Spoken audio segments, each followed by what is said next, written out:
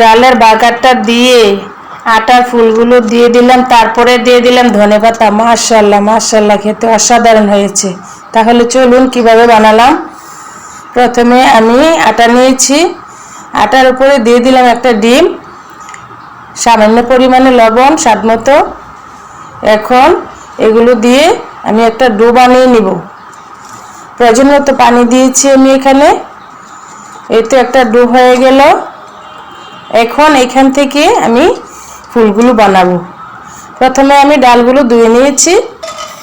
এখন আমি একটা পাত্রে ডালগুলো দিয়ে দিলাম। এখানে দিয়ে দিব আমি পরিমাণ মতো পানি। দুটা কাঁচামরিচ মাঝখান থেকে ভেঙে দিয়ে দিলাম। স্বাদ মতো লবণ দিয়ে দিব। তারপরে একটা পেঁয়াজ আমি কুচি কুচি করে কেটে দিয়ে দিলাম ডালে। ডালটা আমি সিদ্ধ হওয়ার জন্য বসিয়ে দিলাম। এদিক থেকে আমি আটাটাকে বেলে এই তো একটা ছোট ঢাকনার সাহায্যে ফুল বানানোর জন্য এইভাবে কেটে নিয়েছি। এই যে দেখেন ফুলটা আমি কিভাবে বানাচ্ছি।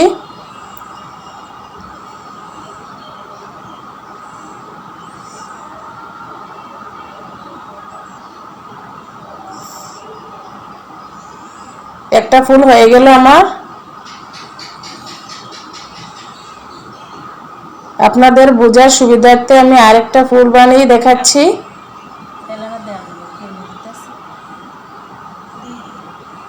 একদম সহজ বানাতে। এইভাবে আমি সবগুলো ফুল বানিয়ে নিব।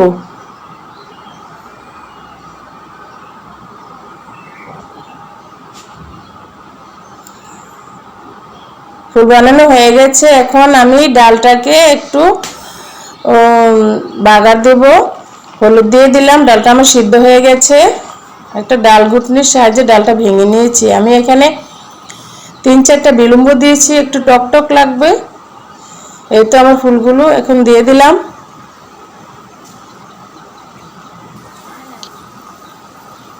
আমি একটা বাগার দেব ডালটাকে। 2-3 কোয়া রসুন তেলে ভেজে নিয়েছি। এর সাথে দিয়ে দিলাম কিছু পরিমাণ মেথি। তারপর দিয়ে দিলাম 5 ফোড়ন। একটু ভেজে নিয়ে দিয়ে দিব। এখন ফুলগুলো সিদ্ধ হয়ে গেছে। এই তো বাগারটা দিয়ে দিলাম।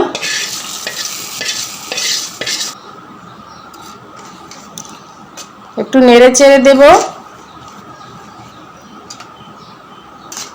অনেক সুন্দর একটা ঘ্রাণ এসেছে। এখন শেষ মুহূর্তে আমি কিছু ধনেপাতা দিয়ে দিলাম।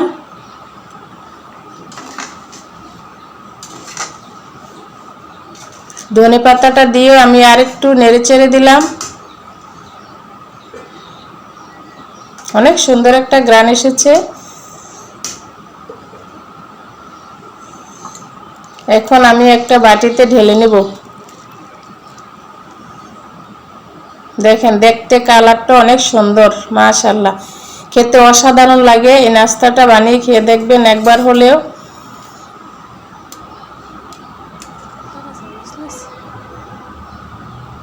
এই যে আমার ফুলগুলো দেখেন, অনেক সুন্দর লাগছে দেখতে। খেতেও মজা হয়েছে।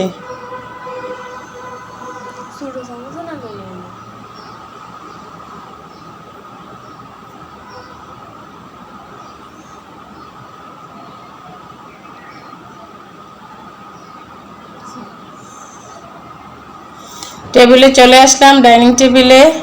এই তো আমার মেয়ের জন্য নিলাম একটা বাটিতে করে।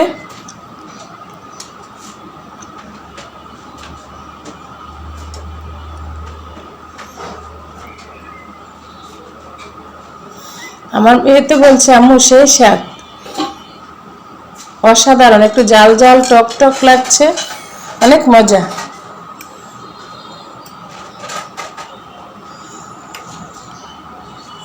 ভিডিওটা যদি ভালো লেগে থাকে লাইক কমেন্ট শেয়ার দিয়ে পাশে থাকবেন।